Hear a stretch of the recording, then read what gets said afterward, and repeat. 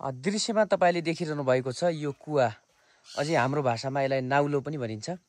परापूर्वक कालमा हाम्रा पुर्खाहरूले नाउलोबाट पानी खाने गरेका थिए। उतिखेर अहिलेका जस्तो धाराहरू ट्याङ्कीहरू हुन्थेन।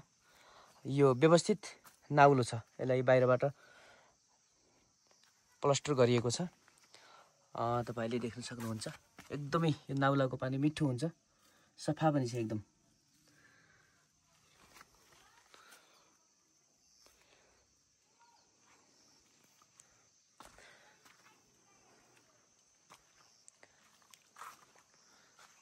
कति वर्ष पुरानो हो यो नाउलो? यो हाम्रो 3 पुस्ता पहिले मेरा बड्डा बाजेका दिनको हो।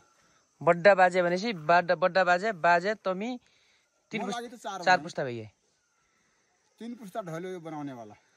पानी यो नाउलाको मिठो हुन्छ कि धाराको मिठो हुन्छ?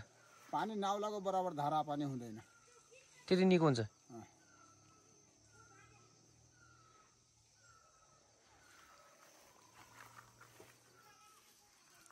अहिले पनि पानी छ है?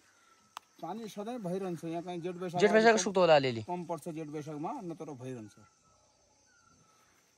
बर्खा त बढ्ने भयो, जेठ वैशाख सुक्ने भयो, नापा अलि कम घट्ने भयो।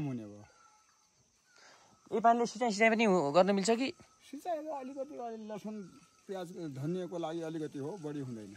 यो टोलभरि यति होला नाउलो पनि? यति। अब पछिल्लो समय नाउला चाहिँ हराउँदै गएका छन्।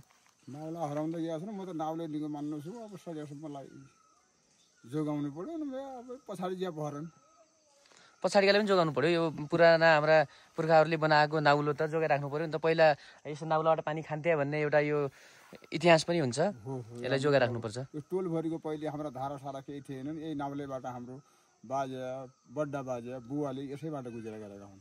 अहिले यो यसलाई सिमेन्ट यसलाई प्लास्टर गरेर अलि चिटिक्क बनाएर रहेछन्। ठिक छ।